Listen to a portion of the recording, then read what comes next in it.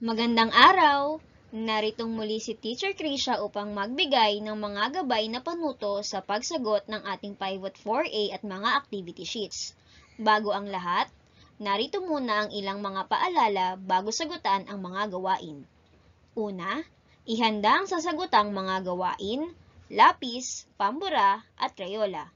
Ikalawa, basahin at unawain mabuti ang nilalaman ng bawat panuto. Ikatlo, iwasang magusot, madumihan, mapunit, at higit sa lahat ay maiwala ang ating Pivot 4A at iba pang mga activity sheets. Ikaapat, maaaring gabayan ng mga bata sa paggawa o pagsagot ng mga gawain. Ngunit, iwasan na ang magulang o guardian ang gumawa o sumagot nito. Ikalima, pagkatapos magsagot, pagsamasamahin ang mga natapos na gawain at agad ibalik ito sa loob ng ating yellow envelope. Ika-6, maaaring stop ang video upang mas maunawaan ang mga panuto. Maaari ring skip kung ito ay hindi nakatakda sa araw na ito. Handa na ba kayo para sa linggong ito? Halina't magsimula na tayo. Narito ang learner's packet kung saan matatagpuan ang schedule at pagkakasunod-sunod ng mga dapat sagutan. Narito ang mga dapat sagutan sa ating Pivot 4A Learner's Material. Para sa pahina 30, mga bilang na 1 hanggang 10. Pag-ugnayin ang bilang sa hanay A at ang larawan na may katulad na bilang ng prutas sa hanay B. Para sa pahina 31, mga bilang na 1 hanggang 10. Pag-ugnayin ang bilang sa hanay A at ang mga larawan na may katulad na bilang ng gulay sa hanay B.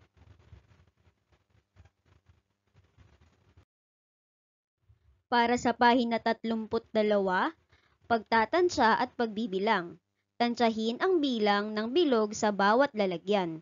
Isulat ang sagot sa unang hanay.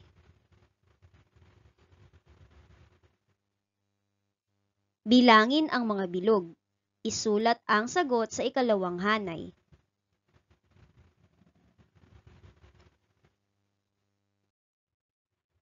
Para sa pahina 33, mga bagay na may bilang na 1 hanggang 10.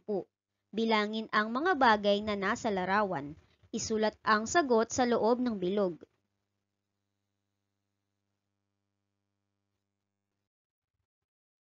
Para naman sa ating enrichment additional activities, narito ang mga dapat sagutan. Addition is putting things together. This is a pair of sets. What will happen if we put them together? Example, 4 mangoes and 3 mangoes make 7 mangoes. When we put things together, we are doing addition. We also write it this way. 4 plus 3 equals 7. The sign we use in addition are plus and equals. Para sa unang gawain, adding numbers. Isulat ang addition sentence ng bawat bilang sa guhit. Halimbawa, 3 plus 3 equals 6. Subtraction. This is how we take away one or more numbers from another. This is a pair of sets. What will happen if we use subtraction? Example, 4 mangoes minus 3 mangoes make 1 mango. Subtraction is used to find the difference between two numbers. This is also the opposite of addition. We also write it this way.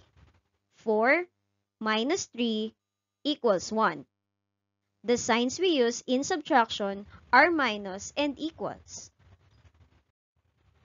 Ikalawang gawain, subtracting numbers.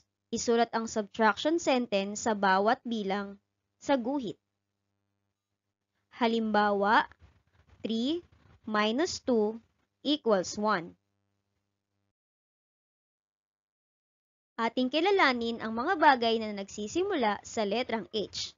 Ngunit bago tayo magsimula ay maaari nating panoorin ang video na makikita sa ating description box.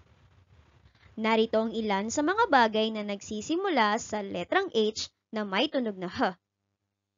Helicopter, holen, helmet, hipon, hagdan, hikaw, hari, hawla, halaman.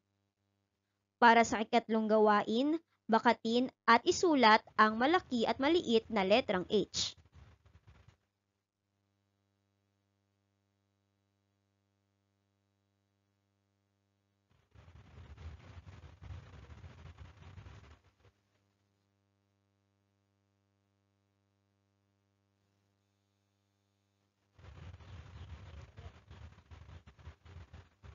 Para sa ikaapat na gawain, isulat ang maliit na letrang H sa patlang upang mabuo ang salita.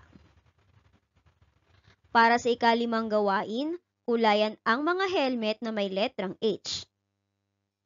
Para sa ika-anim na gawain, isulat ang salitang tama kung ang bagay ay nagsisimula sa letrang H.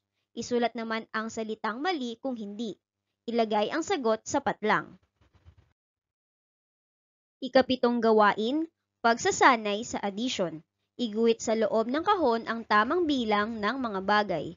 Isulat ang addition sentence. Halimbawa, 3 plus 3 equals 6.